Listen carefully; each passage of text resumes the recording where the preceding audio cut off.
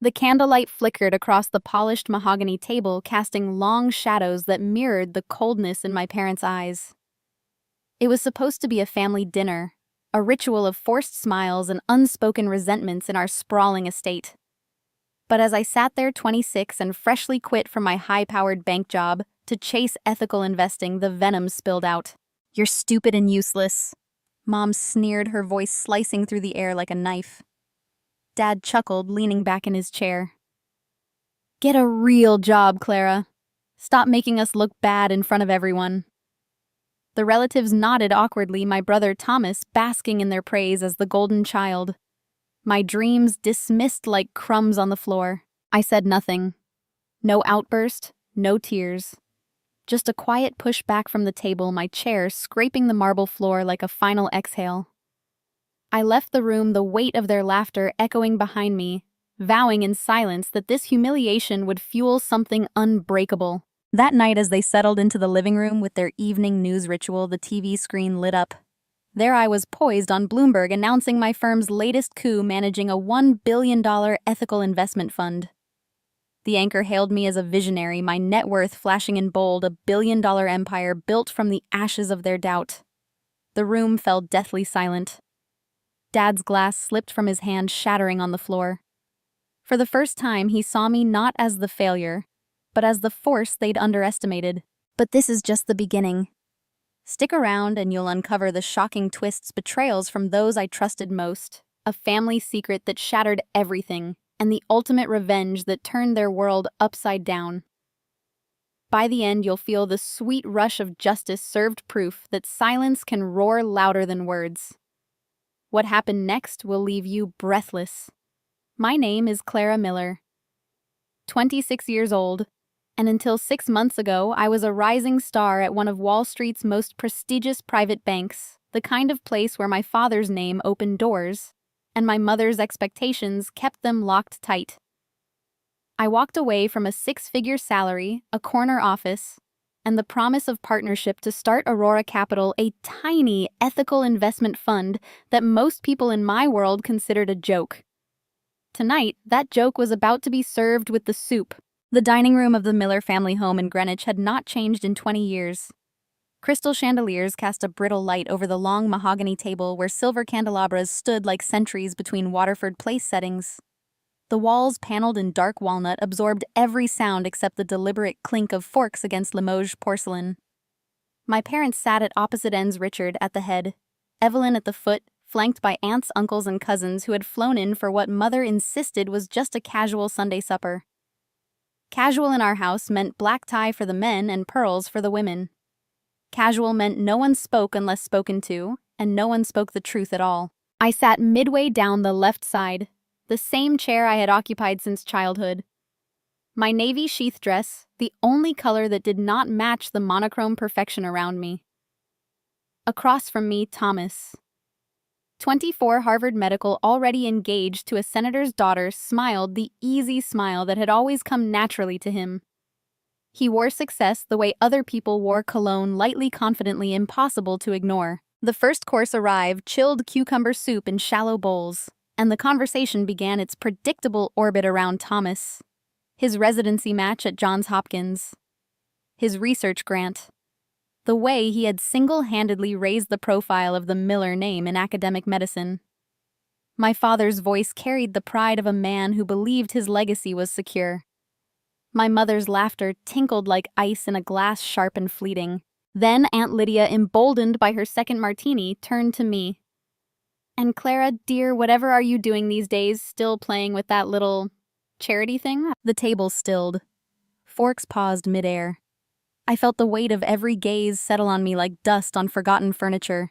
I set my spoon down carefully. "It's an investment fund, Aunt Lydia. We focus on sustainable enterprises.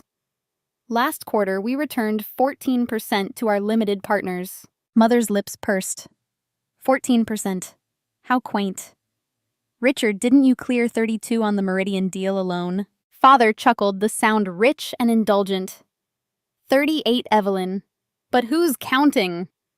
He lifted his wineglass in a mock toast. To Thomas, who understands what real returns look like. The laughter rippled again, warmer this time, directed at me. I tasted copper where I had bitten the inside of my cheek. Uncle Harold leaned forward, his cufflinks glinting. Clara. Sweetheart, why throw away a perfectly good career? Your father's friend at the bank. Charles Langford. He could have you back tomorrow. Vice President by 30 guaranteed. I opened my mouth to answer, but Mother cut across me. She's always been stubborn. Remember when she insisted on that ridiculous piano phase hours wasted on scales when she could have been preparing for the SAT? She turned to the table at large. We indulged her, of course. And look where it got her, playing make-believe with other people's money. The words landed like slaps. I felt heat rise in my throat, but I kept my voice level.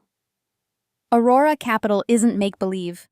We're funding solar grids in rural Senegal. Clean water initiatives in stupid and useless. Mother said the phrase delivered with the same casual cruelty she once used to scold me for tracking mud on the foyer marble. That's what you are, Clara. Stupid for walking away from real opportunity, useless for dragging our name through whatever hippie nonsense you're peddling now. Father raised an eyebrow. Language, Evelyn. Oh, please. She's 26, not 6. Time she heard the truth. Mother dabbed the corners of her mouth with a linen napkin. Thomas passed the rolls. Thomas obeyed, his eyes flicking to me with something that might have been pity if he had ever learned the shape of it. The conversation pivoted smoothly back to him, his upcoming presentation at the Mayo Clinic, the lake house he and his fiancée were considering in New Hampshire. My existence shrank to the width of my placemat. I stared at my untouched soup, watching the green swirl like a tiny drowning forest. Somewhere beyond the French doors, the grandfather clock in the hall struck 8. Its chime was the only honest sound in the room. Then the television in the adjoining sitting room, always on, always muted during meals, flashed a breaking news banner. I turned my head, drawn by the flicker of red. The volume had been left low enough to hear the anchor's voice drift through the doorway like smoke. Ongoing federal investigation into fraud at one of Wall Street's largest hedge funds. Sources say executives knowingly inflated asset values to lure institutional investors. The screen cut to file footage. Men in suits being led from a glass tower in handcuffs. Reporters shouting questions. Ticker symbols plunging in real time. I recognized the building. I had attended mixers on its penthouse floor. Charles Langford had once introduced me to the CEO as Richard Miller's brilliant daughter. Mother noticed my attention. "Turn that off," she snapped at the maid hovering near the doorway. "We're eating," but I was already standing. My chair made no sound as it slid back, years of practice in a house where noise was a sin. Every eye followed me, waiting for the outburst, the tears, the dramatic exit they could dissect later over brandy. I gave them none of it. Instead, I walked the length of the table, past the crystal, past the cousins who suddenly found their napkins fascinating, past Thomas's smirk and Mother's triumphant glare. At the threshold, I paused just long enough to meet Father's eyes. He looked startled, as if he had forgotten I was capable of movement. The television anchor continued oblivious. Whistleblowers now coming forward with evidence of systemic corruption. I stepped into the sitting room. The screen bathed the darkened space in electric blue. For a moment, I stood transfixed by the parade of ruined reputations, the reminder that empires built on lies could crumble overnight. An idea, sharp, cold, and perfectly formed, took root in the silence they had forced upon me. Behind me, Mother's voice floated through the doorway, laced with satisfaction. Finally, some peace and quiet. I didn't argue. I just left the table, and that silence became the loudest promise I ever made. As I stepped out of the dining room and into the shadowed hallway, the echo of my own footsteps felt like the first honest sound I'd made all evening. The grandfather clock ticked louder now, each strike pulling me backward through the years, dragging me down corridors of memory I had sealed shut long ago. I paused at the foot of the grand staircase, my hand on the polished banister, and let the house itself speak. The Miller mansion had always been more museum than home. Its walls lined with portraits of ancestors who stared down with the same judgmental eyes my parents wore tonight. But somewhere beneath the scent of beeswax and old money, another smell lingered.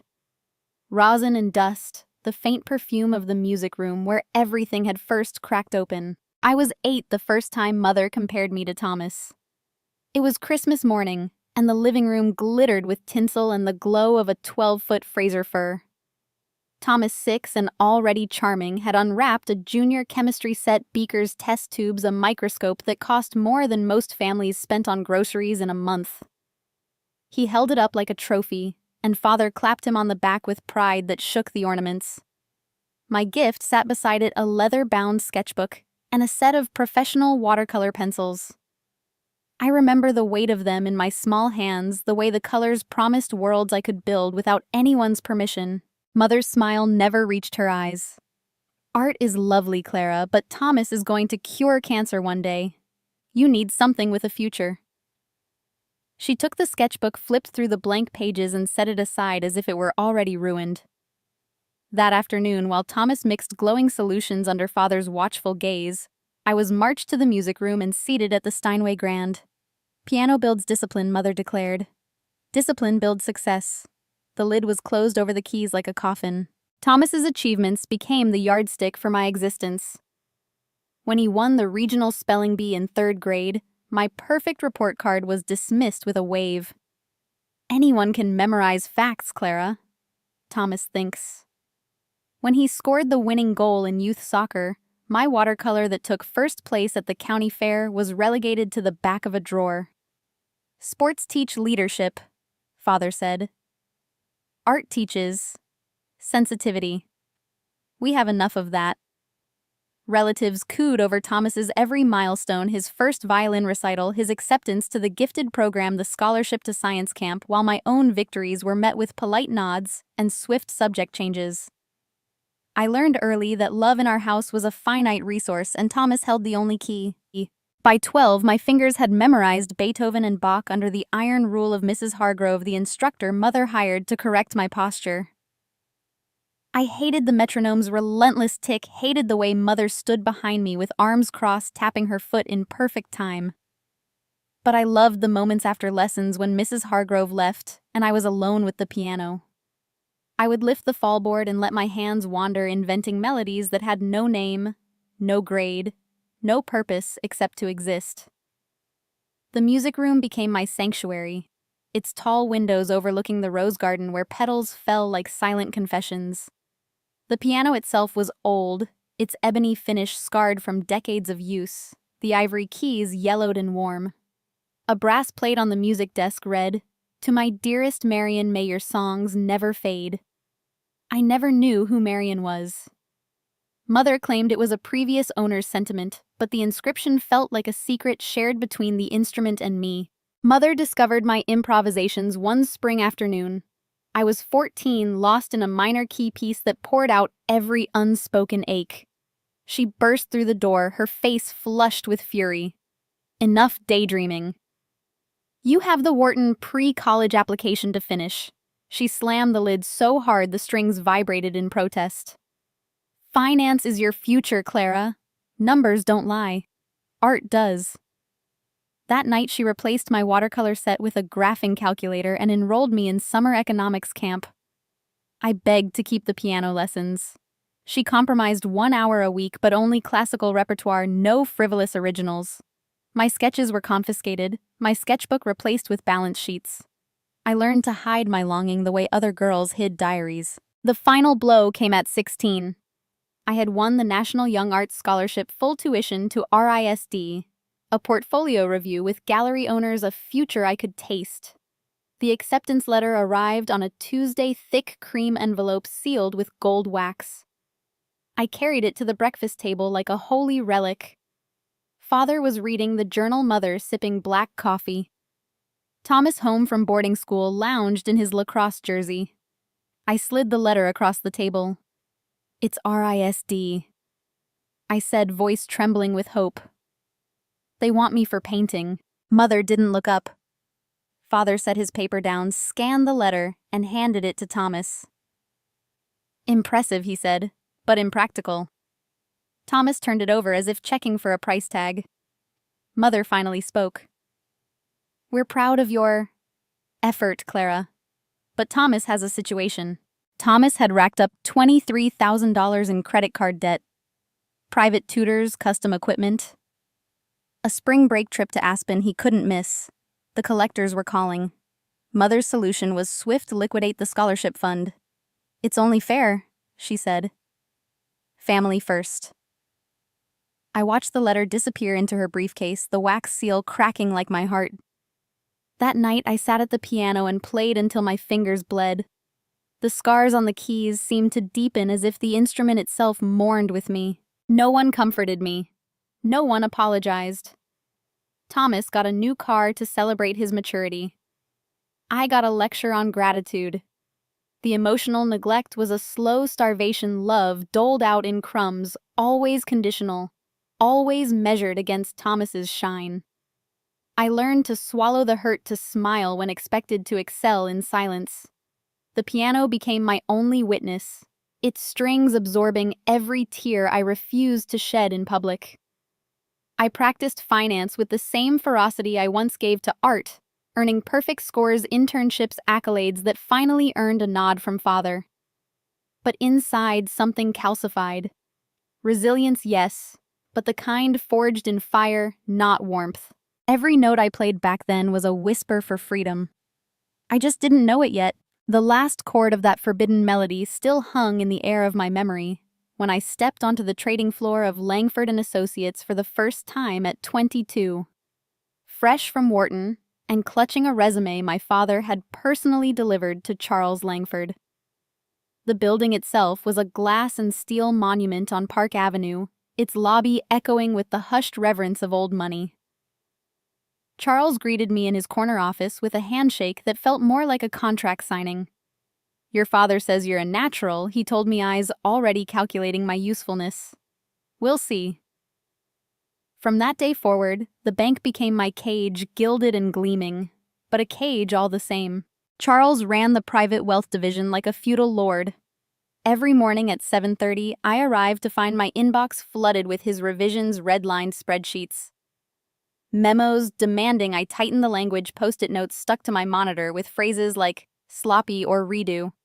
He micromanaged my client pitches down to the font size, questioned every risk assessment, and rewrote my emails before I could hit send. Colleagues whispered that I was the boss's pet project. The truth was closer to indentured servitude. My desk sat in direct view of his glass-walled office where he could watch me like a specimen under glass. If I lingered too long over lunch, he'd page me with a single word: focus. If I dared suggest a sustainable fund allocation, he'd laugh and say, "Ethics don't compound, Clara." The belittling was constant but subtle, 1,000 paper cuts. During team meetings, he'd interrupt my presentations to praise analysts half my age. "See how Jenkins structures his slides, clean." Professional. My own work, meticulous data-driven, would be dismissed with a wave. "Good effort, Miller. Next time, aim higher." He'd assign me grunt work, reconciling trades, formatting pitch books, then criticize the speed. When I closed my first 7-figure account, he took credit in the quarterly newsletter listing my name in small print as support. My father, informed over martinis at the Yale Club, sent a text, "Charles says you're learning. Keep it up. No congratulations. No pride. Just the assumption that I existed to serve the family brand." The breaking point came on a rainy Thursday in October, 3 years into my sentence. Charles summoned me to his office at 6:30, the city lights smearing across the windows like wet paint. On his desk lay the Meridian Capital Dealbook, a $400 million private placement for a fracking company with a history of environmental violations. The numbers were obscene, projected IRR of 42%, built on aggressive depletion models and offshore tax shelters. Charles leaned back, fingers steepled. "We need this closed by Monday. Your job is to massage the risk disclosures. Make the EPA fines look like rounding errors." I stared at the projections. The company had buried a spill in North Dakota, paid hush money to regulators, and was now shopping for investors to fund expansion. "This is fraud," I said quietly. "The due diligence is cooked." Charles smiled the way a cat smiles at a cornered mouse. "It's business, Clara. Your father signed off on similar structures in the 90s. Reputation is everything. He slid a revised disclosure across the desk, my name already on the signature line. Sign. Or find another job. And good luck explaining that to Richard. Humiliation burned through me hot and immediate. I thought of every time I'd swallowed pride, every weekend lost to his revisions, every dream deferred. I stood. I won't sign. His laugh was soft, almost paternal. Then you're done here. Pack your things. I'll call your father myself. He picked up the phone, already dialing. Richard. It's Charles. Your daughter's having a crisis of conscience. Yes again. I left the office without another word, the deal book unsigned on his desk.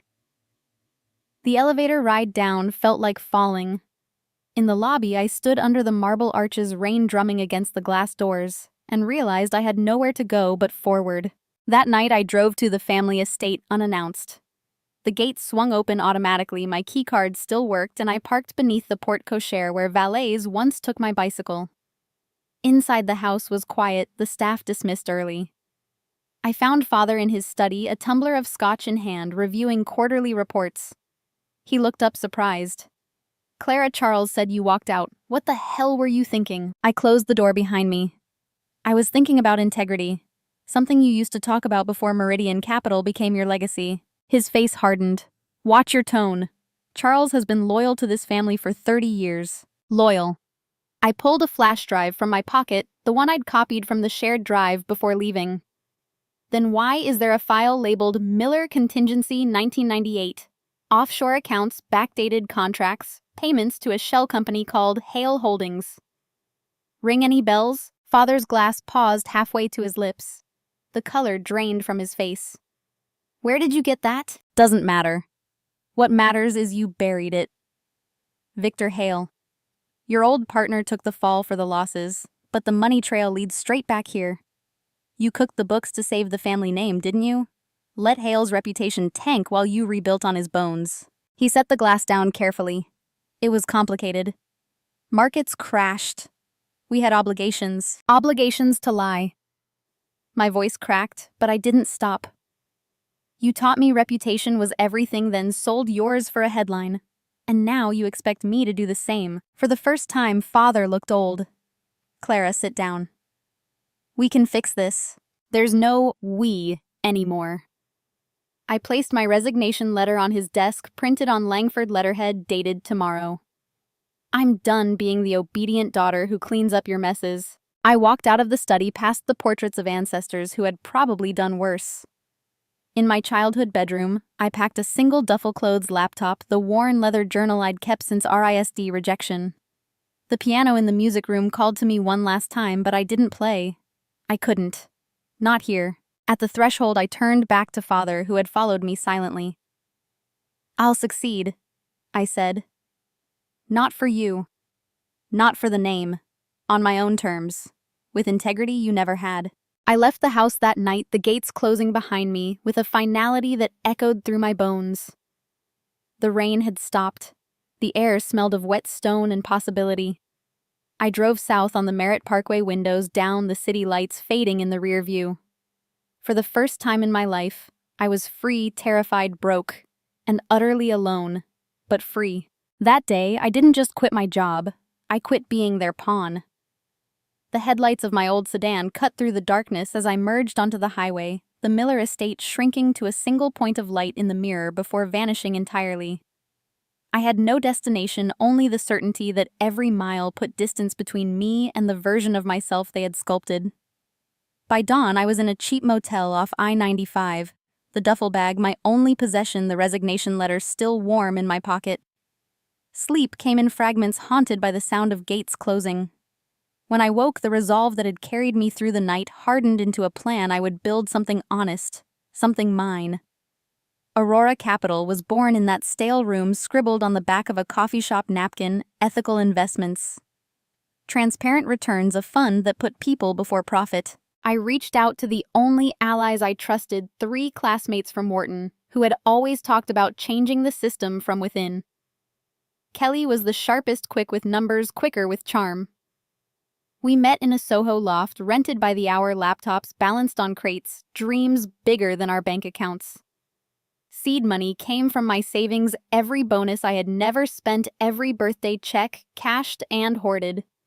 We filed the LLC printed business cards on thick cream stock and pitched to anyone who would listen.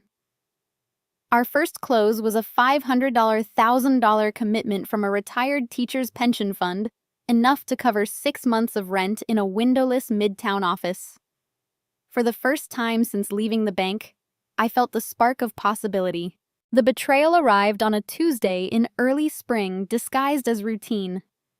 Kelly had been handling due diligence on a solar startup in Arizona, promising technology solid patents. A management team I had vetted myself.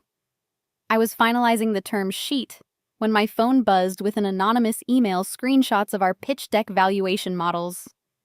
Even the teacher's commitment letter, all stamped with the logo of Vanguard Equity Partners, our direct competitor. The deal was dead before the ink dried. By Friday, 3 more prospects pulled out, citing confidential information they shouldn't have known. I confronted Kelly in the office after hours, the city lights flickering through the blinds like a strobe. She didn't deny it. Tears streaked her mascara as she slid a folder across the table. Medical bills, foreclosure notices, her mother's name in bold red stamps. They offered $2 million to walk away, she whispered.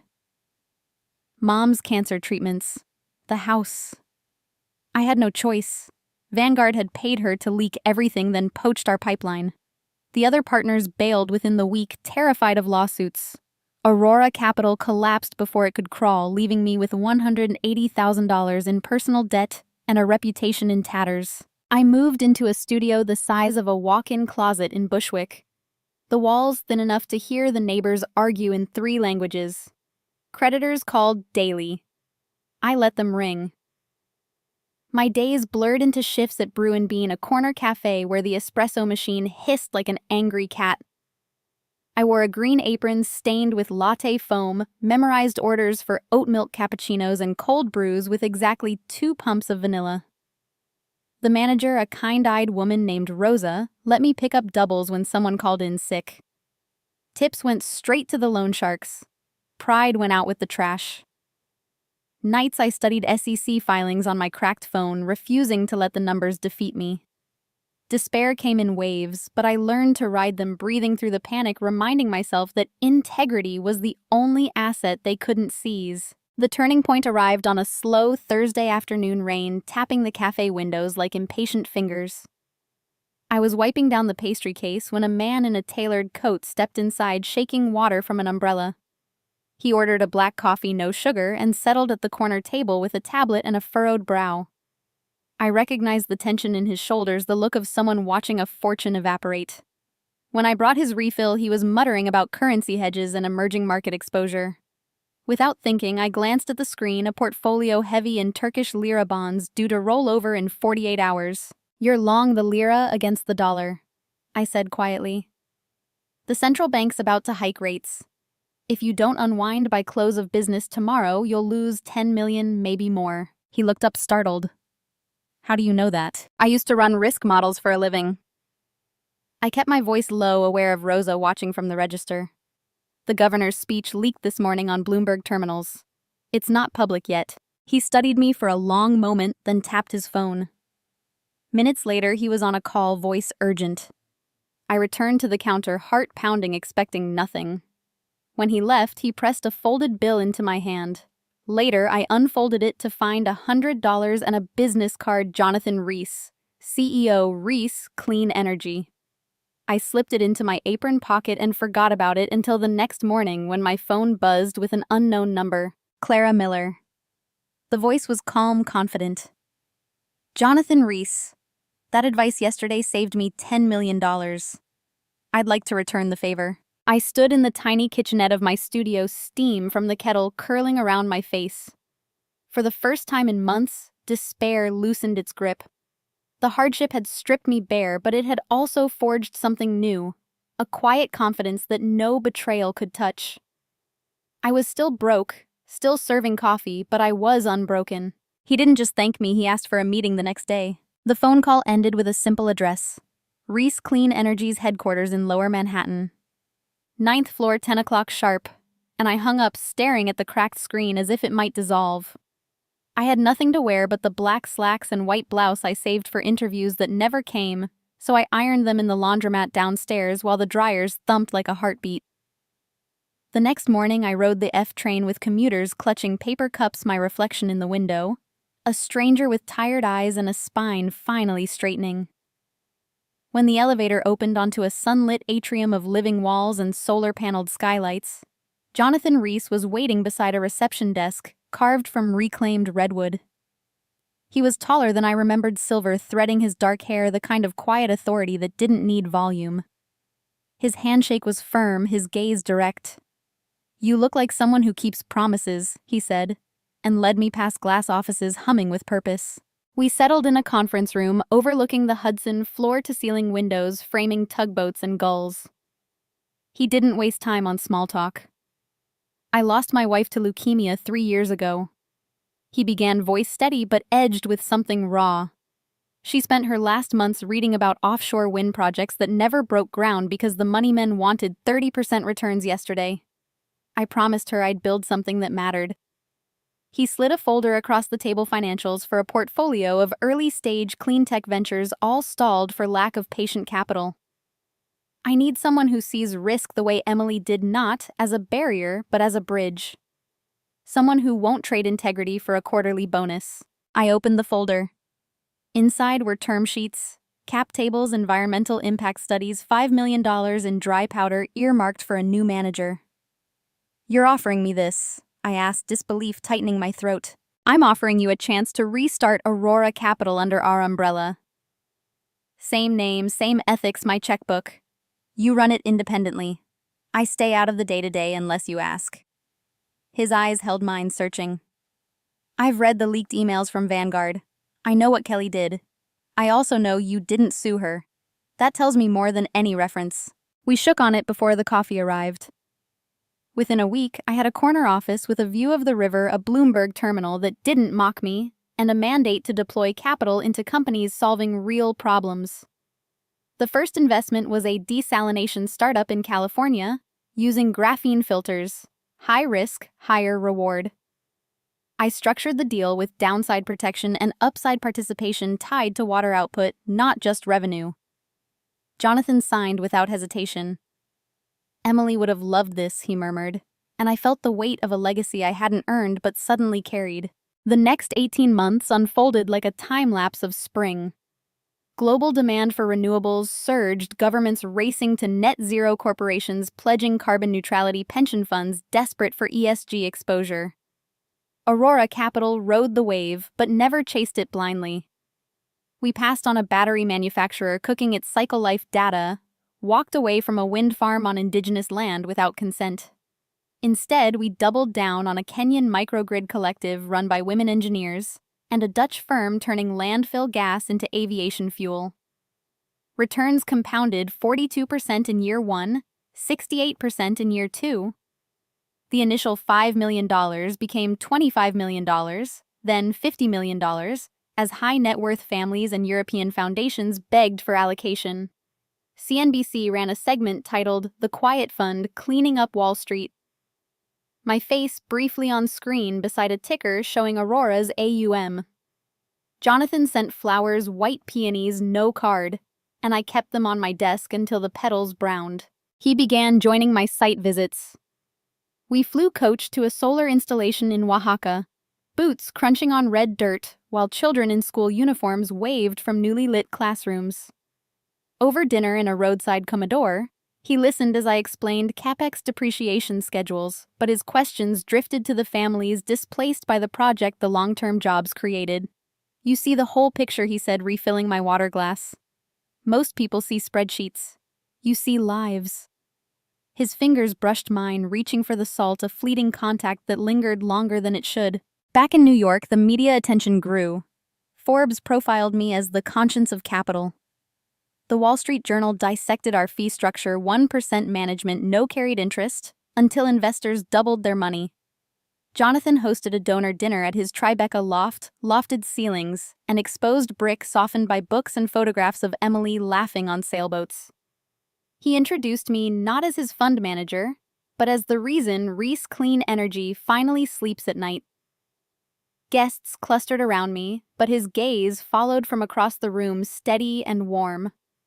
When a hedge fund titan cornered me with condescending questions about impact washing, Jonathan appeared at my elbow, voice calm but cutting. Clara's returns speak for themselves. Maybe worry about your own exposure to stranded assets. The man retreated, and Jonathan's hand settled briefly at the small of my back, protective, proud something more. Late one evening, after a board call, he found me alone in the office reviewing a term sheet for a tidal energy pilot in Nova Scotia. The city sparkled beyond the windows, a constellation of ambition. He poured 2 fingers of scotch and slid one across my desk. "You've built something extraordinary," he said. "But I see the toll it takes. The nights you don't sleep the way you second-guess every decision." He leaned against the window frame, silhouetted against the skyline. "I see you, Clara. Not just the numbers. The woman who could have taken the easy path and chose the harder one because it was right." My pulse stuttered. For years, men had looked at me and seen pedigree potential profit a box to check. Jonathan looked and saw the scars beneath the polish, the fire banked but never extinguished. His admiration wasn't loud, but it was deep-rooted in respect that felt like oxygen after years of suffocation. For the first time in years, a man looked at me and saw more than potential profit. The moment Jonathan's words settled between us, the office lights dimmed automatically for the night cycle, leaving only the glow of the city and the soft hum of servers in the distance.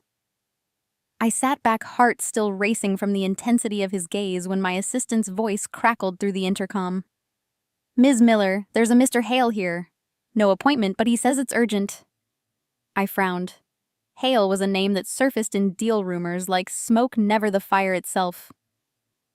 Jonathan raised an eyebrow, curious but trusting, and excused himself with a brief touch to my shoulder that lingered just long enough to remind me I was no longer invisible. I straightened my blouse and walked to the lobby, where a man in a charcoal suit waited beneath the living wall, his reflection fractured in the glass. Victor Hale was lean and sharp-featured, mid-60s, with the kind of posture that suggested boardrooms were his natural habitat. His eyes, pale gray, almost silver, locked onto mine with predatory focus. He didn't offer a handshake. "Clara Miller. You've built something interesting. Let's talk." He gestured toward the conference room as if he owned the building. I led the way, pulse steady but alert. The door clicked shut behind us, sealing out the evening bustle. He wasted no time. "I want Aurora Capital. Lock, stock, and ethics. 250 million, all cash, closing in 30 days.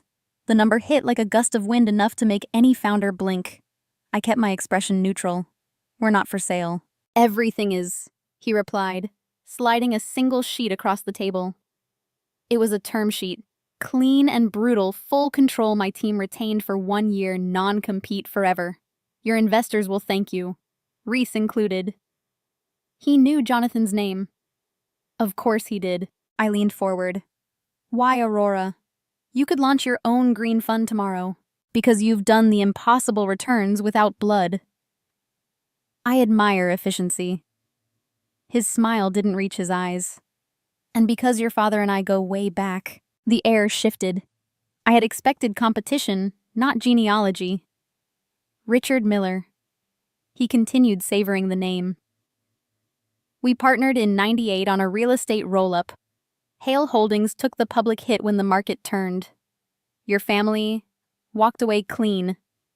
His tone carried no bitterness, only fact. "I lost 9 figures. Richard kept the Greenwich house, the club membership, the narrative. I kept the scars." I stared at the term sheet, seeing it now for what it was, leverage wrapped in dollars.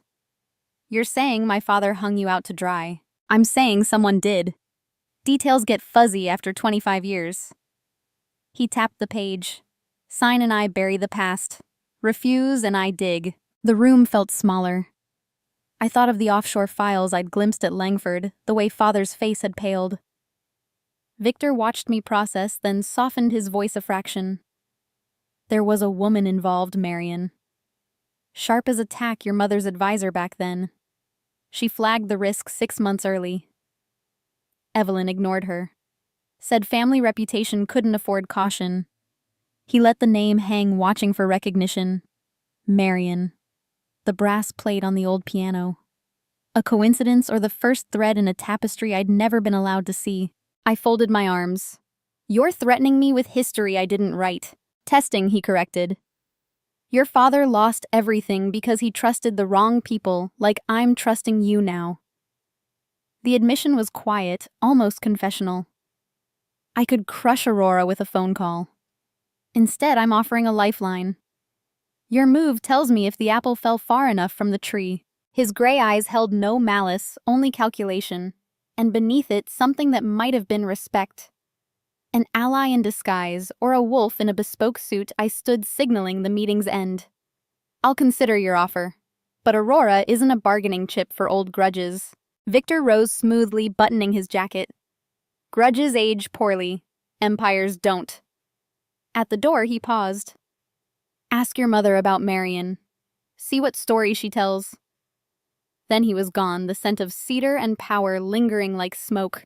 I returned to my office, the term sheet heavy in my hand. Jonathan had seen my potential. Victor saw my lineage. For years, I'd accepted the family version of events, father the victim of market forces, Hale, the villain who dragged them down. Now cracks spiderwebbed across that narrative. If Marion had warned them, if Evelyn had silenced her, the bankruptcy was less accident than architecture. What else had been edited for my consumption? I powered down my laptop, the city lights flickering like uncertain stars. Doubt settled in my chest, cold and insistent. The past wasn't buried. It was bait. He didn't just want my company. He wanted to rewrite my family's history again. The elevator ride down from the office felt longer than usual. Victor's parting words echoing in the confined space like a verdict still being decided. I stepped into the crisp evening air, the city's pulse steady under my feet. And for 3 years I let the past stay buried beneath board meetings, term sheets, and the quiet satisfaction of returns that finally spoke for themselves. Aurora Capital had grown into a name whispered with respect in impact circles, its assets under management. Climbing past $500 million, every dollar deployed with the precision of someone who had once lost everything to carelessness.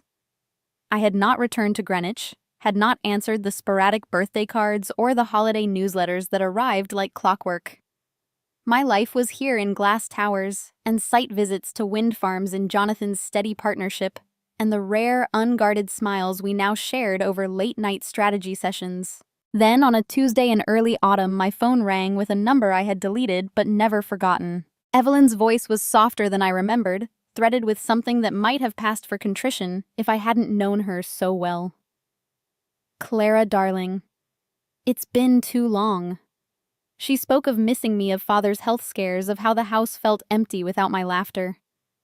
The invitation came wrapped in nostalgia, a reunion dinner, just family, a chance to heal old wounds. We were wrong, she said, the words landing like practiced lines from a script. Come home. Let us make it right. I listened in silence, the city traffic a distant roar beyond my office window, and felt the old hook sink in, not with pain but with calculation.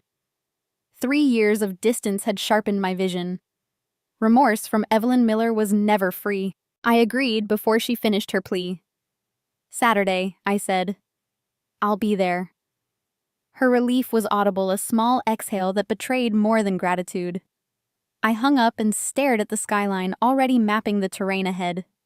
This was no olive branch. It was reconnaissance. I spent the week preparing like a general before battle, reviewing public records, pulling court filings, consulting a discreet investigator Jonathan recommended. The picture that emerged was grim. Thomas, now a resident at a prestigious Baltimore hospital, faced a malpractice suit that could end his career. A botched spinal procedure, a patient paralyzed, a 7-figure settlement demand. The family's legal fund was depleted.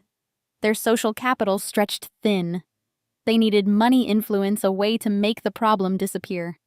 And I, the prodigal daughter turned financier, was their last card. Friday night, I laid out my armor, a charcoal sheath dress, understated pearls. The kind of elegance that whispered power without shouting. I rehearsed responses in the mirror, measured calm, every word a scalpel.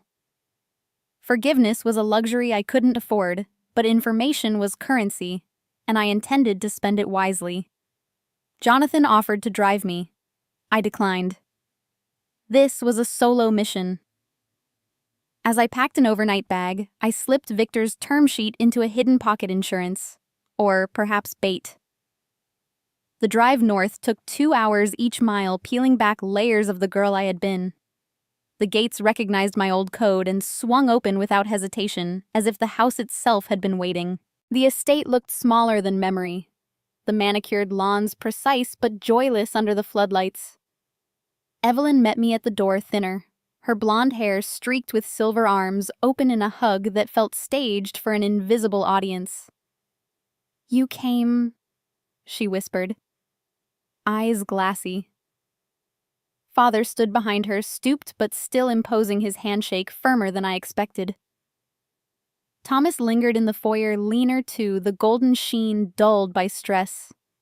Dinner was set in the formal dining room, crystal linen, the same chandelier that had witnessed my humiliation years before. They fawned over my success toasts, raised to Aurora's triumphs. Questions about my secret sauce delivered with practiced awe. Beneath the flattery ran the current I had come to read, desperation. Dessert arrived, individual chocolate soufflés, Evelyn's signature, and the mask slipped. Thomas cleared his throat. "There's something we need to discuss." He outlined the lawsuit with the detachment of a medical chart, surgical complication. Aggressive plaintiff's attorney, a deposition scheduled for next month. "The hospital's insurance won't cover punitive damages," he said. "We're looking at millions. Your fund, could you structure something, a loan and investment vehicle?" Evelyn nodded, eyes pleading. "For family, Clara. After everything." I set my spoon down the soufflé, untouched. "You mean after everything you took?" My voice was quiet, but the room stilled. Father shifted uncomfortably. I leaned forward. "I'll consider it. But first we talk terms. And truth." I watched their faces, Evelyn's flicker of fear. Thomas's calculation. Father's resignation. They thought they were reeling me in. They didn't see the line I had already cast. The evening ended with promises of follow-up documents, hugs that lingered too long. A guest room made up with monogrammed towels. I lay awake in the dark, the house creaking around me like an old ship. Every gesture, every word had been a move on a board they thought I still played by their rules. I traced the ceiling cracks with my eyes, planning my counterstroke. They wanted my help to save Thomas, to preserve the facade. I wanted closure on my terms with interest. They wanted my help. I wanted closure. Both of us would get exactly what we deserved. Sleep came in shallow increments. The guest room's silence broken only by the occasional creak of old beams settling into their lies. When morning light filtered through heavy brocade curtains, I rose before the household stirred. Showered in the marble bath that still smelled of Mother's signature lavender soap, and dressed with deliberate care. The charcoal sheath from last night gave way to a tailored navy suit, the jacket nipped at the waist, the skirt falling just below the knee. Professional armor that declared I belonged at the head of any table. Downstairs, the dining room had been transformed overnight, the long mahogany expanse polished to a mirror sheen. Silver candelabras loaded with fresh tapers, place cards handwritten in Evelyn's looping script. My name sat at the head where Father had always presided. The symbolism was not lost on me, nor I suspected on them. They filed in one by one, summoned by the discreet chime of a bell I remembered from childhood. Father first slower on the stairs, his tie slightly askew. Evelyn behind him, pearls gleaming against a cream silk blouse. Thomas, last hair still damp from the shower, the faint scent of his cologne cutting through the aroma of bacon and brioche. Servants' new faces, younger than the staff of my youth, moved with practiced efficiency, pouring coffee, unfolding napkins into laps. Conversation began in the bright, brittle register of people pretending the night before had been a success. Evelyn praised the weather. Father commented on the stock market's morning dip. Thomas asked about traffic from the city. I answered in measured tones, accepting a plate of eggs Benedict I had no intention of eating. The seating arrangement forced their eyes to travel upward to meet mine. I cut my food with precision, the knife's scrape against porcelain, the only sharp sound in the room. The house looks well, I said, letting the compliment hang like bait. Evelyn beamed, launching into renovations, the new Sub-Zero in the kitchen, the reclaimed barnwood in the library. Father nodded approval, but his gaze kept drifting to the folder beside my elbow, the one I had placed there deliberately. Thomas's fingers drummed the tablecloth, a nervous tick had never mastered. Beneath the civility, contempt flickered in the way Evelyn's smile froze when I mentioned Aurora's latest close, in Father's subtle wince at the mention of impact metrics, in Thomas's quick glance at his watch as if time itself might rescue him. The first course cleared, the second arrived filet mignon with a red wine reduction, the meat so tender it barely required a knife. I let them fill the silence with anecdotes designed to flatter how proud they were of my Bloomberg appearances. How often friends asked after me, how Thomas's fiancée had clipped an article about Aurora for her scrapbook. Their voices rose and fell in practiced harmony, but I heard the subtext in every pause, every forced laugh. They needed me solvent, influential, willing. I needed them to believe I still cared about blood. Midway through the beef, the television in the adjoining sitting room, larger now, a sleek frame mounted where the old console had stood, flickered to life. The maid had left it on low volume, a morning news loop no one thought to mute. The anchor's voice drifted through the open archway, crisp and professional. Next up, ethical investing's rising star. Clara Miller, founder of Aurora Capital, joins us live from the Bloomberg Sustainable Business Summit. My own face filled the screen, poised on a stage in front of 1,000 attendees, the Aurora logo glowing behind me. The clip cut to Kelly, elegant in emerald silk, her redemption public and polished, leaning into the microphone. Clara taught me that profit and purpose aren't mutually exclusive, she said, her smile radiant. She rebuilt trust the old-fashioned way, one honest deal at a time. The dining room went still. Father's fork hovered halfway to his mouth. Evelyn's wineglass paused at her lips. Thomas stared as if the screen had sprouted fangs. On television, past me fielded questions about risk-adjusted returns in emerging markets, my voice calm, authoritative. The irony was exquisite.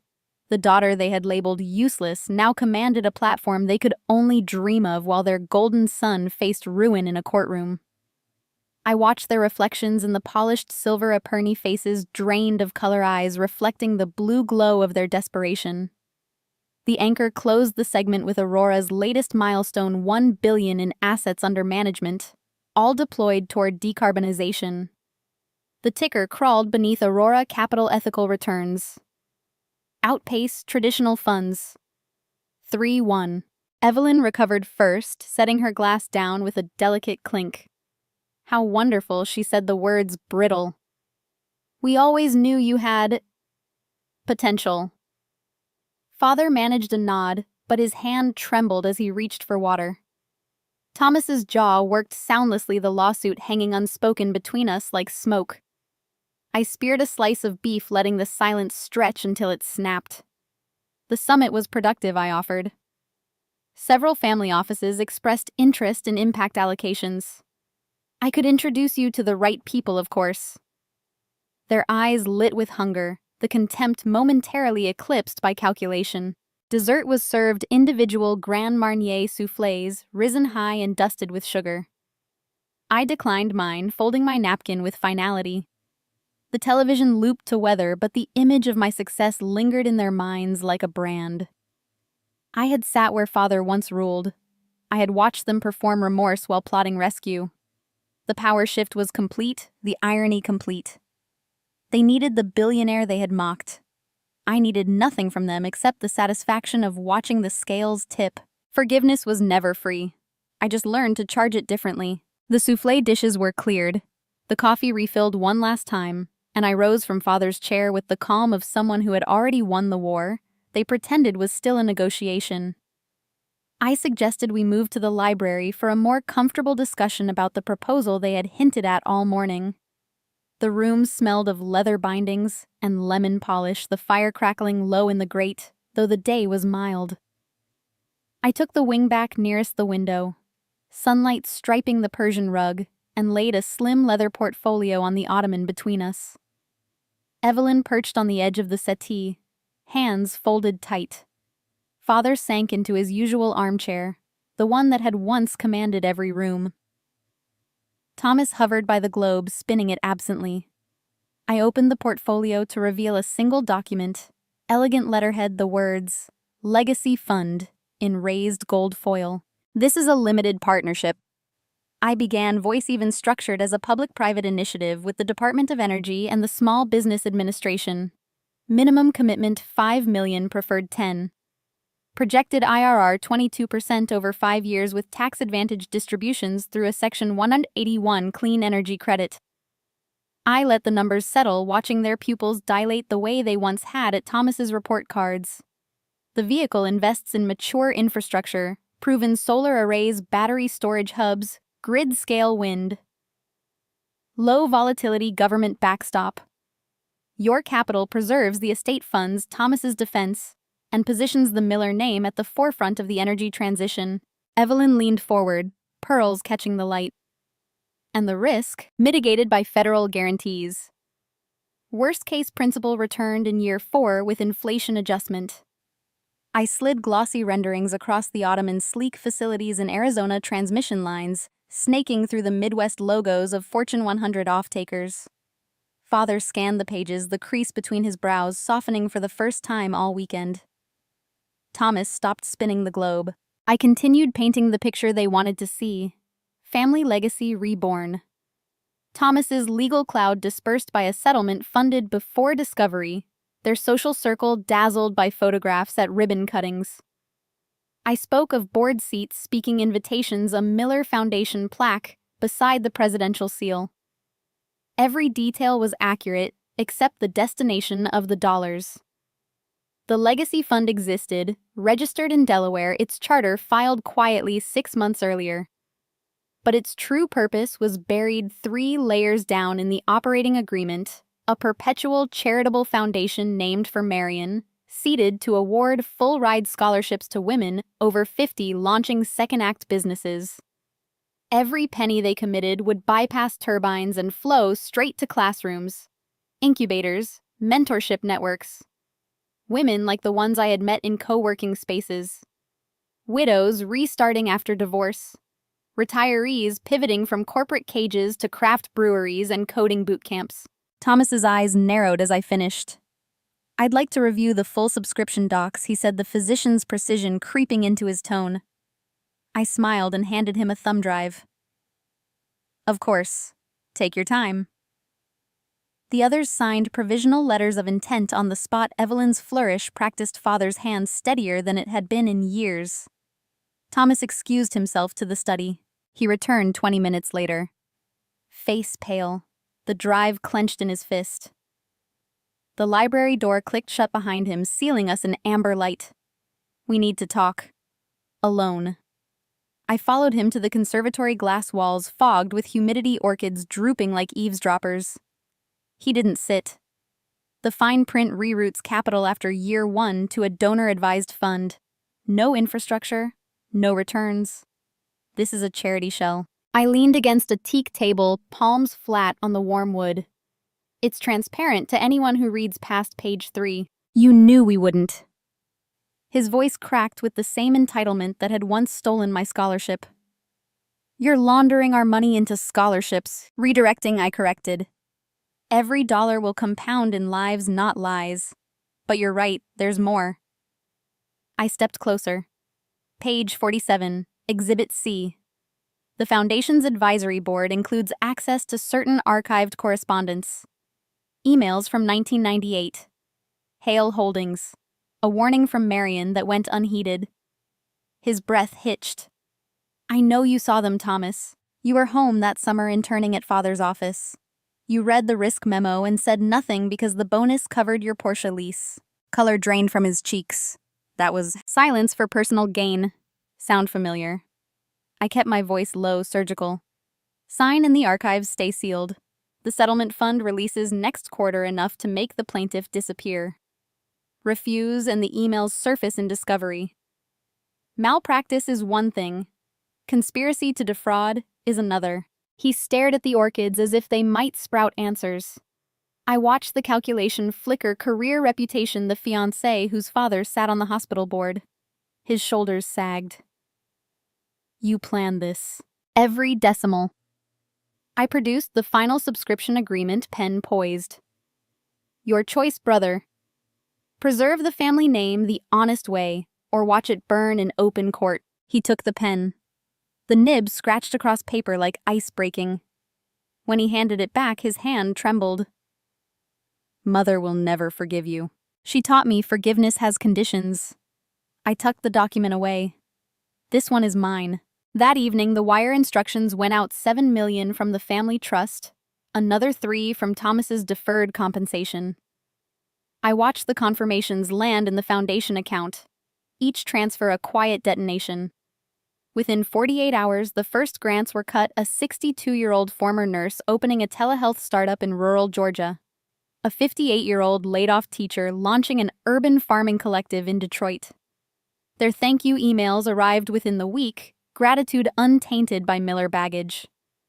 The revenge was silent, surgical, and crucially generative. No one lost a home.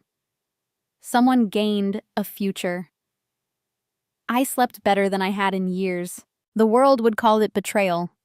I called it balance. The wires cleared on a quiet Thursday. The foundation's ledger reflecting the Miller millions with clinical precision, and I allowed myself one exhale of satisfaction before the storm broke. It began with a single tweet from a financial gossip account. Billionaire heiress Clara Miller allegedly siphons family fortune into mystery fund insiders, call it elder abuse. By evening, the post had 500,000 impressions, screenshots of the subscription agreements circulating like contraband. Cable news picked it up at dawn. Chyrons screaming, fraud in the family and green queen or con artist. My phone vibrated off the desk with notifications. Some branding me a genius for outmaneuvering legacy wealth. Others a monster who preyed on aging parents. The split was surgical. Impact investors hailed the scholarship's traditionalists, decried the breach of filial duty. Aurora's client relations inbox filled with withdrawal requests and marriage proposals in equal measure. I watched the chaos unfold from the 42nd floor, the city a glittering circuit board below. Jonathan called first, voice calm. We expected blowback. Legal's ready. I thanked him and muted the ringer. The narrative was already writing itself. Prodigal daughter returns, seduces vulnerable relatives, vanishes with the silver. No mention of the malpractice suit. The offshore echoes the decades of conditional love. Just a tidy villain arc for the evening news. Evelyn seized the spotlight with theatrical timing.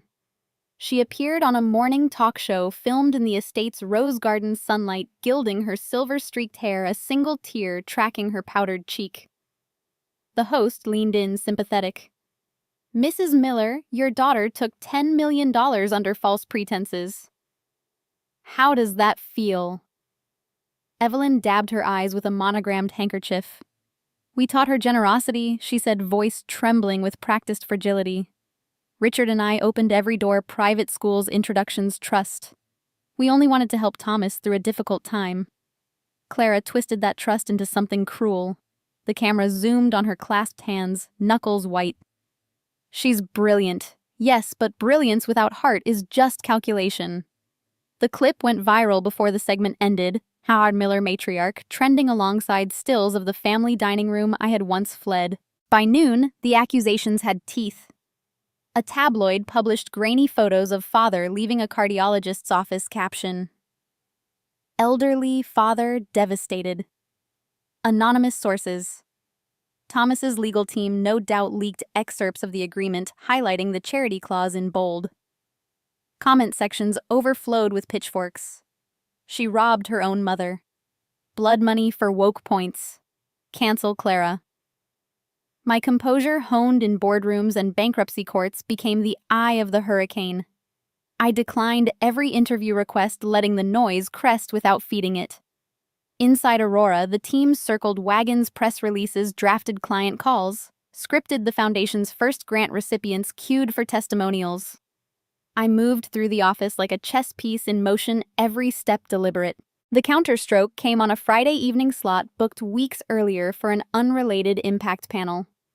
The network, smelling blood, pivoted the segment to a live town hall. Clara Miller addresses family scandal. I arrived at the studio in the same navy suit from the reunion, hair pulled back severe, no jewelry except a thin gold watch. The host greeted me with the hungry politeness of a gladiator pit. Cameras rolled, the chyron pulsing confrontation. She began with Evelyn's tear. "Your mother says you betrayed her generosity. How do you respond?" I smiled, small and steady. Generosity is a word with many definitions. Let's define it with evidence. I signaled off stage. The control room cut to a split screen. On the left, the dining room CCTV, time-stamped high definition, captured the moment Evelyn signed her pen, moving with eager speed while she asked about board seats and photo ops. On the right, the contract itself, page 47, highlighted, all capital irrevocably directed to the Marion Legacy Foundation for Educational Grants. The host's eyes widened. I continued, voice level. My mother read every clause. So did my father. So did my brother after a private review. They understood the destination. They simply assumed the public wouldn't. The feed switched to the foundation's website, live, unfiltered. A 64-year-old former librarian from Akron accepted her scholarship on camera, tears in her eyes, as she described the coding academy that would launch her app for senior mobility.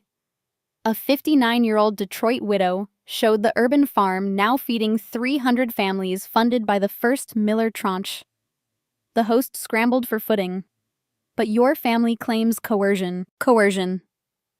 I repeated, letting the word hang. The same coercion used when my art scholarship paid for my brother's credit cards. When warnings about risky partnerships were ignored to save face, the audience, half studio, half remote, leaned forward. I did not raise my voice. I did not need to. The footage spoke. The recipients spoke, the contract spoke. Twitter pivoted mid-broadcast, had Marion Legacy trending above, hashtag Miller matriarch. Withdrawal requests slowed, then reversed. A pension fund in Oslo wired an unsolicited $50 million. Backstage, Jonathan waited with a single nod. The host, flustered, thanked me for my time. I walked out under the studio lights, the city night pressing against the glass doors, and felt the tide turn, not with a crash, but with the quiet certainty of water finding its level. The villain label peeled away like wet paper. They'd turned me into a villain. I simply returned the favor on live television. The studio doors closed behind me with a soft hiss. The roar of the live audience fading into the hum of Manhattan traffic, but the victory felt strangely hollow, like applause, echoing in an empty hall. My driver navigated the crosstown grid while I scrolled through the aftermath on my phone. Headlines flipping from scandal to vindication. The foundation's donation page crashing under traffic. Jonathan texted a single thumbs-up emoji, the closest he came to celebration. I was drafting a thank you to the team when the call came from an unfamiliar Greenwich number. The nurse's voice was clipped professional. "Your father collapsed at home. Possible stroke. He's stable but asking for you." I told the driver to head north, the city lights blurring into streaks as we crossed the bridge. The hospital smelled of antiseptic and overbrewed coffee, fluorescent corridors stretching like tunnels. Evelyn sat in the waiting area, makeup smudged, clutching a paper cup that had gone cold hours ago.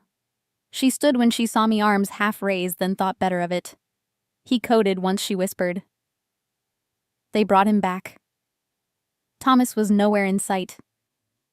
A doctor led me to the ICU, gown and gloves, mandatory, the monitors beeping a steady rhythm that felt too calm for the chaos outside. Father lay propped against white pillows, the left side of his face slack and IV dripping into his arm. His eyes, still sharp, still blue, tracked me as I pulled the plastic chair closer. He tried to speak the words slurred around the paralysis. I leaned in, taking his hand, the skin paper thin over prominent veins. Slow, I said. I'm here.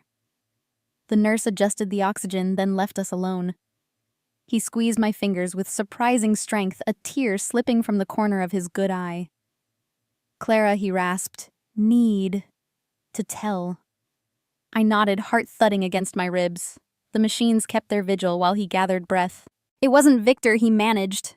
The bankruptcy. Evelyn. Each syllable cost him. She pushed the leverage. Wanted the club, the house, the name. Ignored warnings. Blamed Hale to save face. His chest hitched. I signed. To protect her. Protect you. The confessions spilled out in fragments, late-night arguments, forged signatures, a shell company to hide the bleed. Victor had been the scapegoat, his reputation collateral for Evelyn's ambition. Father had carried the lie for decades, believing the family facade worth more than truth. I sat frozen, the room tilting. All the years I'd painted him the architect of our ruin, the man who chose image over integrity. He had been complicit, yes, but not the mastermind. Evelyn's hunger for ascent had steered the ship onto the rocks, and he had lashed himself to the wheel to keep her afloat. His grip tightened. There's more. He swallowed hard. Marion. The name hit like a second stroke. Your grandmother. Evelyn's mother. Not dead. Cut her out. Social climb. Needed money. Took your scholarship to pay her debts. The monitors beeped faster. I stared at him, the pieces snapping into place with brutal clarity. The piano's brass plate, the way Evelyn flinched whenever art was mentioned, the scholarship vanishing without explanation. Marion hadn't been a distant advisor. She had been blood severed for the crime of being born without pedigree. Evelyn had erased her own mother to marry up, then erased my future to cover the tracks. Father's eyes pleaded. I knew. Said nothing. Thought, protecting you. His voice cracked. Failed. Shock coursed through me, cold and electric. The woman I had built my revenge against wasn't just cruel. She was a matricide of the soul, pruning her family tree to fit a frame. Father had enabled it, yes, but his silence had been fear, not greed. The man before me was broken, not triumphant. I saw the remorse etched in every tremor, the weight of decades pressing him into the bed. He wasn't asking forgiveness. He was offering truth, the only currency left. I squeezed his hand back, tears blurring the monitors. I see you, I whispered. The machines slowed his breathing evening. Outside the window, the sky shifted from dusk to dark, the city lights flickering on like a million small confessions. The revenge I had savored, the balance I had struck, suddenly tasted of ash. The villain I had toppled wasn't the monster I thought, and the hero I had crowned myself wasn't either. Revenge lost its flavor the moment I tasted the truth. The hospital corridor stretched like a tunnel of white noise, monitors fading behind me as I walked out into the night. Father's fractured confessions still pulsing in my ears. I drove south on autopilot, the estate gates opening with the same mechanical obedience they had shown years before. The house was dark, except for a single lamp in the foyer, its glow pooling on the marble like spilled honey. Evelyn waited on the staircase, wrapped in a silk robe the color of old bruises, her face stripped of the careful mask she wore for cameras. She rose when she saw me, hands fluttering as if to touch, but stopping short. The doctors called, she said, voice thin. He's asking for you again tomorrow. I nodded, stepping past her toward the study. She followed, heels clicking a nervous rhythm on the hardwood. Inside the room smelled of leather and desperation. Papers littered the desk. Past due notices. Liquidation statements. A bankruptcy petition half-filled in Father's spidery hand. Evelyn closed the door with a soft click. We're finished, she whispered. The trust is gone. The house is leveraged to the roof. Thomas's settlement ate the rest. If the bank calls the note next week. She trailed off, eyes pleading in a way I had never seen. You have resources. Aurora, Jonathan. A bridge loan, a restructuring, anything. For your father's sake. I set my purse on the chair, the weight of Victor's envelope inside it, a quiet anchor. You mean for your sake? My voice was calm, almost gentle. She flinched as if struck. Clara, please. We're family. I pulled the envelope free, laid it on the desk between us. Family, I repeated. Like Marion. Her breath caught. I opened the flap documents, sliding out birth certificates, a marriage license, a handwritten letter in faded ink. Your mother, my grandmother, the woman you erased to buy this house, this life. Evelyn's hand flew to her throat. Victor kept everything, I continued. The warning memos you ignored, the debts you hid behind my scholarship, the way you cut her out when she refused to play poor relation at your wedding. Tears welled, but I saw calculation beneath them. I did what I had to, she said. For all of us. You did it for appearances. I stepped closer, voice steady. You raised me to care about them, too. Congratulations, now that's all you have left. The words landed clean, no shout, no tremor. Her knees buckled. She caught the desk edge, knuckles white. I watched the facade crumble, the woman who had once towered over my childhood shrinking into the robe's folds. She sank to the carpet, sobbing without sound. I turned to leave, the envelope still open like a wound. Behind me, a drawer scraped. I spun back. Evelyn held Father's old service revolver, the one he kept for emergencies that never came. The barrel trembled against her temple. I can't, she choked. Not like this. Time slowed. I crossed the room in 3 strides, hand closing over hers on the grip. The metal was cold, her fingers slick with sweat. No, I said, firm, but not cruel. I pried the gun free, the cylinder clicking open, bullets spilling like dull coins across the rug.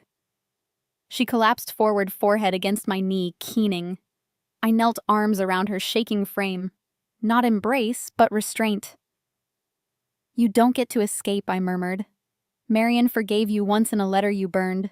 She wrote that guilt is the only inheritance worth keeping. Live with it. Her sobs grew ragged, the fight leaking out with each breath.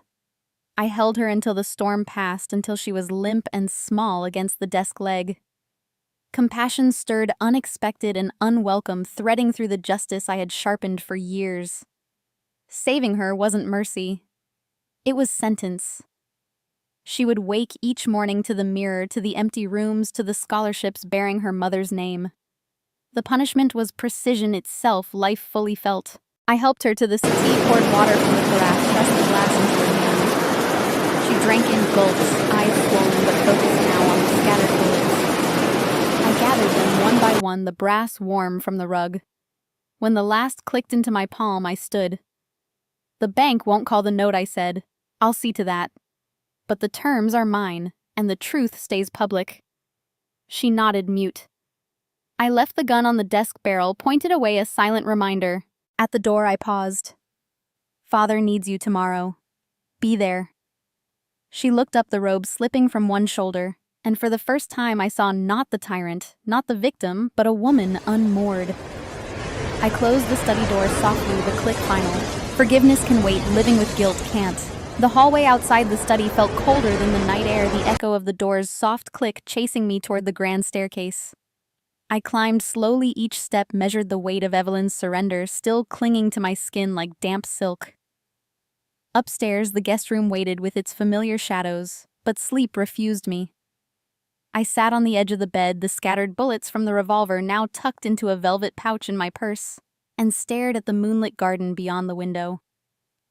Dawn crept in pale ribbons before exhaustion finally pulled me under dreams, fractured by the sound of a gun that never fired. A sharp rap at the door woke me hours later. Thomas stood in the threshold, eyes red-rimmed hospital scrubs crumpled beneath a leather jacket. "It's Dad," he said, voice hoarse. "He's gone." The words landed flat, almost clinical, but his shoulders shook once before he steadied them. I dressed in silence, the same navy suit now wrinkled, and followed him to the garage. The drive to the hospital passed in a blur of autumn leaves skittering across the windshield. Evelyn was already in the ICU waiting area, veiled in black, clutching a rosary, though she had never been religious. She didn't look at me when I arrived. The doctor met us outside Father's room, clipboard in hand. Massive cerebrovascular event at 4:30 a.m. We did everything we could. His tone was gentle, practiced. I nodded, stepping past him into the sterile space where machines had gone silent. Father lay still, the left side of his face relaxed in death, as it never had been in life, the monitors dark. A manila envelope rested on the bedside table, my name written in his shaky script. The nurse handed it to me with a quiet, "He asked us to wait until you came." I took it to the chapel down the hall, a small room with stained glass windows casting colored light across empty pews. The envelope was thick, sealed with wax the color of dried blood. Inside was a single sheet of heavy stationery, the Miller crest embossed at the top, and a legal document folded neatly beneath. I read the letter first, his words labored but deliberate. "Clara, if you're reading this, I've run out of time to say what I should have said years ago. The stroke gave me clarity. Not courage, courage was always your domain. I leave the remainder of my assets, whatever the banks haven't claimed, to the Marion Foundation. The offshore accounts, the last of the equities, the lake house in New Hampshire. All of it. Let it fund the women you champion, the ones Evelyn and I never saw. You became what I was too afraid to be free. I watched you build something honest from the ruins I helped create, and I am prouder than any trophy or trust fund ever made me. Forgive me if you can. If not, live well, that is forgiveness enough. Your father, Richard." The legal pages confirm the bequest, irrevocable transfer, effective immediately, countersigned by his attorney the day before the second stroke. I traced the signature, the ink still crisp, and felt the first crack in the armor I had worn since childhood. The chapel's silence pressed in the colored light, shifting across the letter as morning advanced. Tears came, then hot and sudden, the first in longer than I could remember. They were not neat or cathartic. They were messy, choking, spilling over the paper and blurring the crest. I cried for the father who had stood silent while Evelyn sharpened her knives, for the man who had chosen safety over truth, for the stranger who had finally chosen me. Mixed emotions tangled, anger at his decades of complicity, grief for the bond. We never had a strange tenderness for the remorse that had cost him his last breath.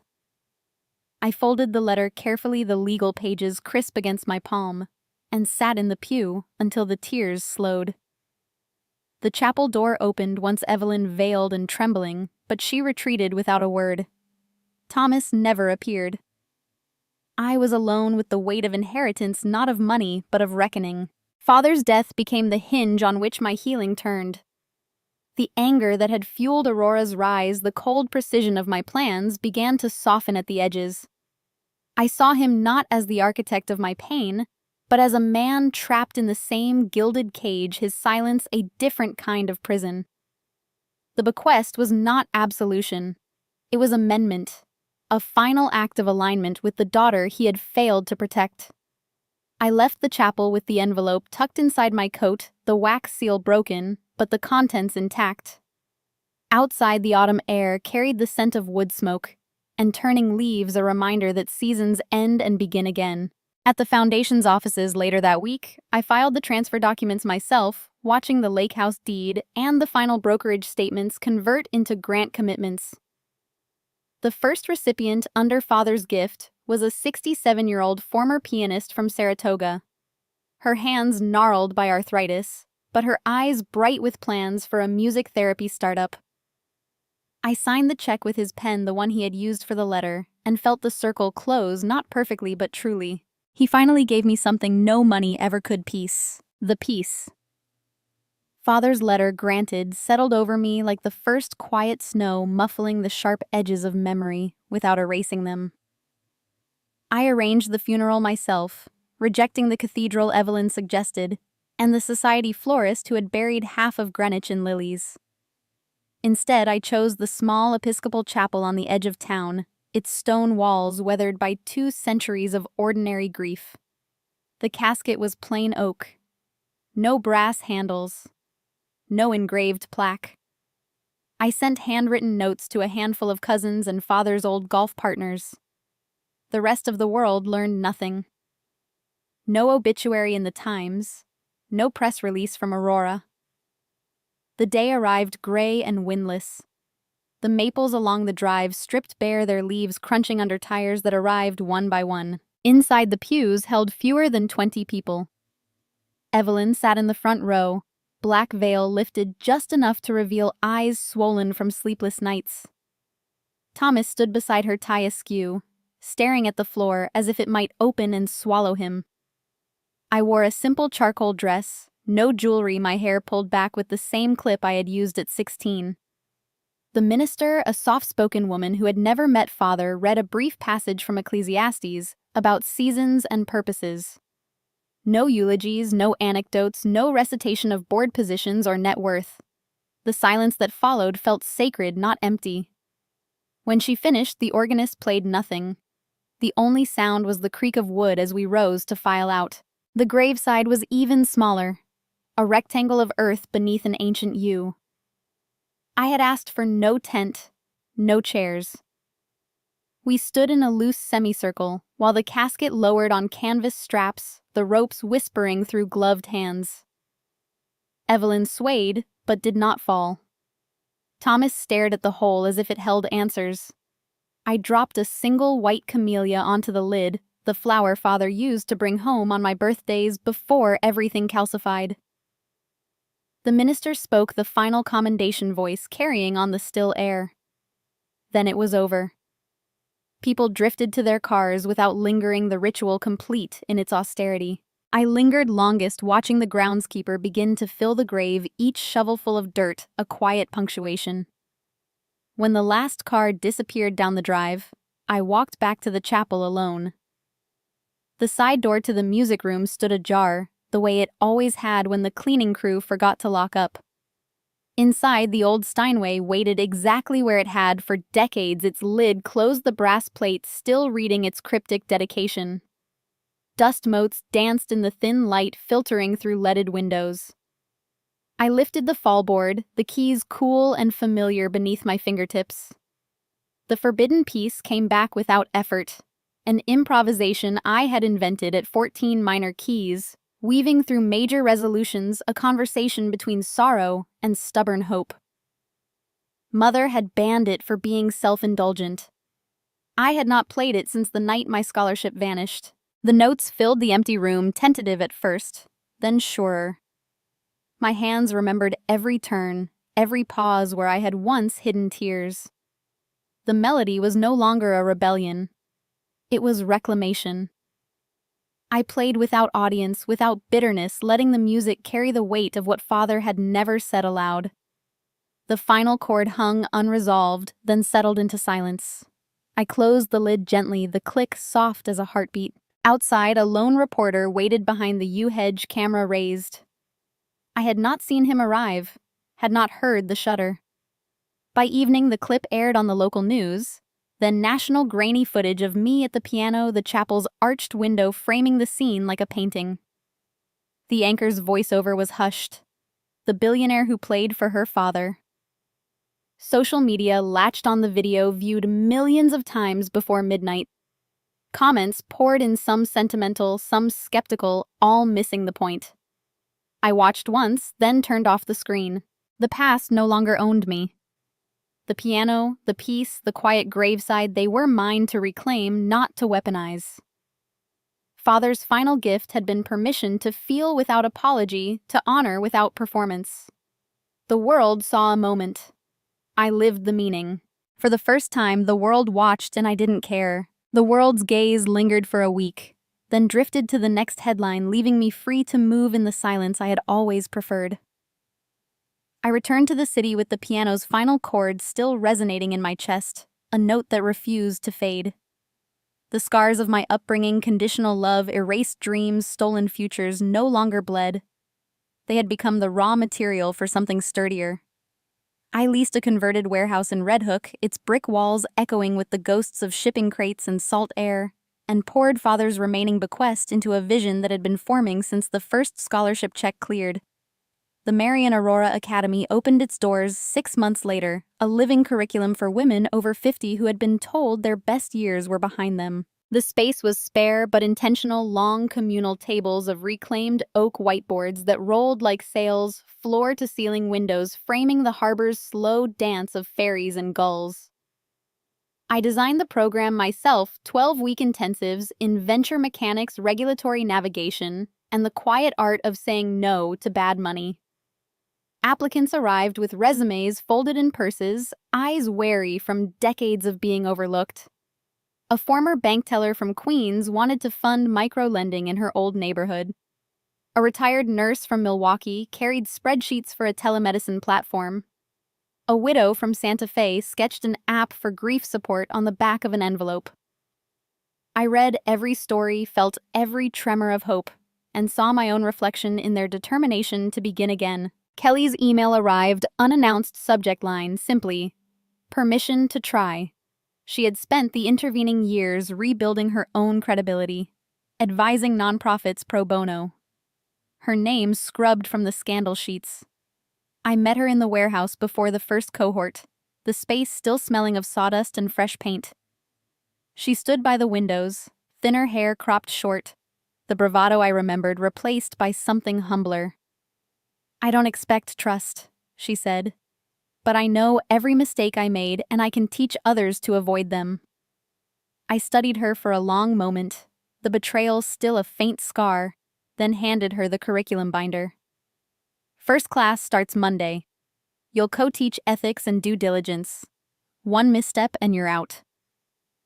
She nodded, eyes bright with the same relief I had once felt when Jonathan offered me $5 million and a second chance. The Academy's inaugural session filled in 48 hours, 20 women chosen from 300 applications. Kelly took the podium on day one, voice steady as she dissected her own collapse, the leaked deck. The mother's illness, the moment greed overrode loyalty. The cohort leaned forward, notebooks open, recognizing the cautionary tale, not as failure, but as tuition already paid. I watched from the back, arms folded, feeling the room shift from individual wounds to collective strength. By week 6, they were pitching to real investors' seed funds. I had courted quietly. Family offices tired of 20-something founders. The first close came from the Queen's teller, $2 million for her lending cooperative terms negotiated by a classmate who had once been downsized at 62. Word spread through channels the media could not map. A profile in a niche finance newsletter called me the silent architect of change, the phrase sticking like burrs on wool.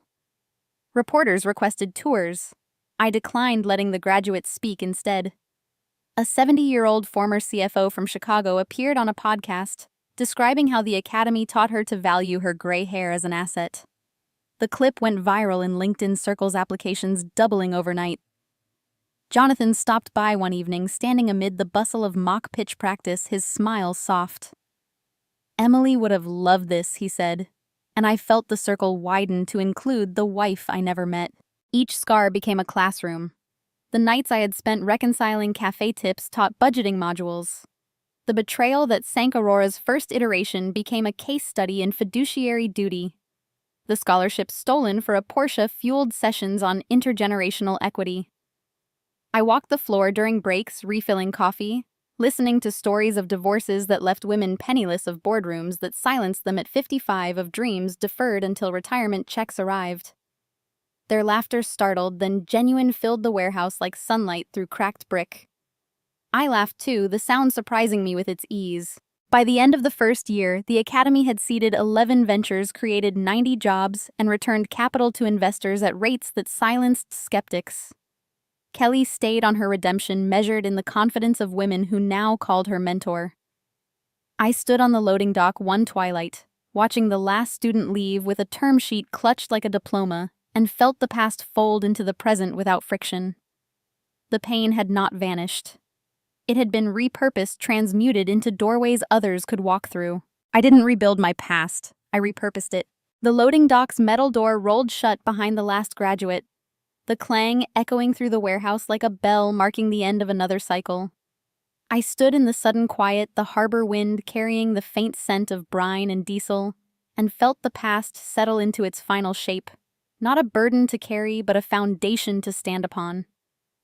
Months blurred into a rhythm of cohorts and closings, the Academy's reputation growing through word of mouth rather than press releases.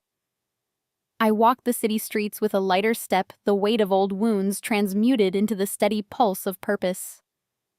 One spring afternoon, an invitation arrived in the mail, thick cream stalk embossed with the logo of the Greenwich Historical Society. The Steinway, my Steinway, had been donated anonymously and restored for public display. An opening reception was scheduled for the following Saturday. I slipped the card into my pocket and knew it was time. The museum sat on a rise overlooking the Sound, its white columns softened by ivy. I arrived early, the parking lot still empty, the gravel crunching under my boots. Inside, the air smelled of lemon oil and old paper, the hush of a place that preserved rather than performed. A docent led me through galleries of ship models and sepia photographs to a small alcove at the rear. There it stood, the grand piano polished to a deep ebony glow, its legs steady on a low dais, a velvet rope keeping visitors at a respectful distance. The brass plate gleamed. "To my dearest Marion, may your songs never fade." A discreet plaque beside it read, "Gift of an anonymous donor in memory of resilience." I stepped over the rope when the docent turned away, my fingers brushing the fallboard as they had decades ago. The keys were warm from display lights, the action responsive despite years of silence. I did not play. I simply rested my hands where they had once found refuge, feeling the vibration of memory in the wood. A folded note protruded from beneath the music desk, the paper heavy, the ink fresh.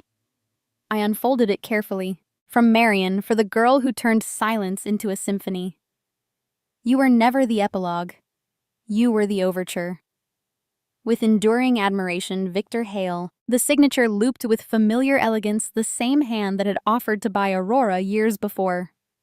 The revelations settled gently, no shock, only recognition. Victor and Marion lovers separated by Evelyn's ambition, bound by a promise kept across decades. He had watched from the shadows, his buyout offer a test, his silence a shield. The donation was his final gesture. The piano returned not as relic, but as bridge. I traced the words, seeing the threads now, the warnings ignored, the partnership dissolved, the quiet funding that had kept the Academy's lights on during lean months. He had been ally all along, his love for Marion, the compass that pointed him toward me. I slipped the note into my pocket and stepped back, the alcove's light catching the piano's curves like moonlight on water.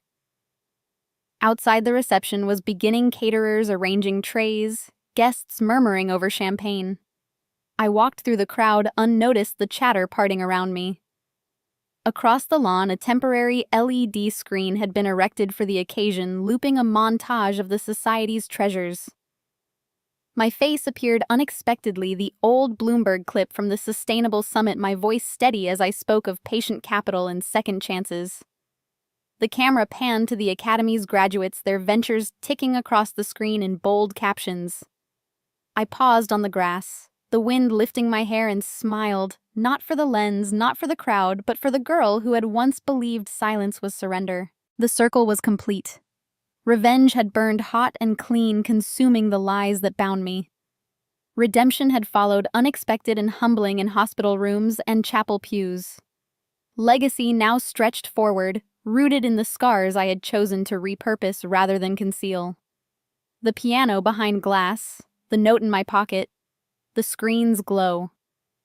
They were markers on a path that began with a dinner table insult and ended with women launching empires at 65. I turned from the screen, the museum's columns framing a sky turning rose with evening, and felt the past release its grip entirely. They once said I was useless. Now I build what lasts longer than pride legacy. The candlelight flickered across the polished mahogany table, casting long shadows that mirrored the coldness in my parents' eyes.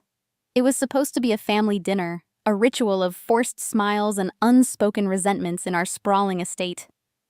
But as I sat there, 26 and freshly quit from my high-powered bank job to chase ethical investing, the venom spilled out. "You're stupid and useless," Mom sneered, her voice slicing through the air like a knife. Dad chuckled, leaning back in his chair. "Get a real job, Clara. Stop making us look bad in front of everyone." The relatives nodded awkwardly, my brother Thomas basking in their praise as the golden child. My dreams dismissed like crumbs on the floor. I said nothing. No outburst, no tears. Just a quiet pushback from the table, my chair scraping the marble floor like a final exhale. I left the room, the weight of their laughter echoing behind me, vowing in silence that this humiliation would fuel something unbreakable. That night, as they settled into the living room with their evening news ritual, the TV screen lit up. There I was, poised on Bloomberg, announcing my firm's latest coup, managing a $1 billion ethical investment fund.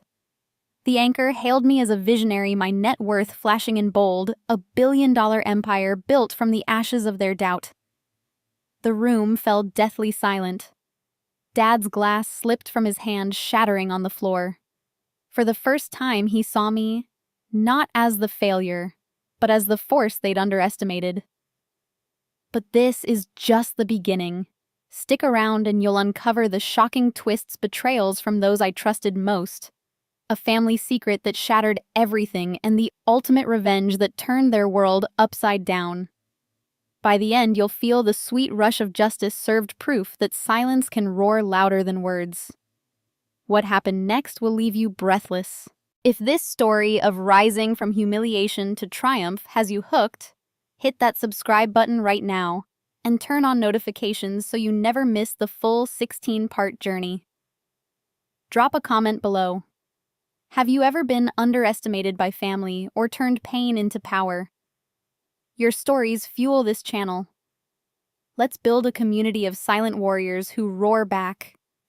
Watch until the end because legacy always outlasts pride.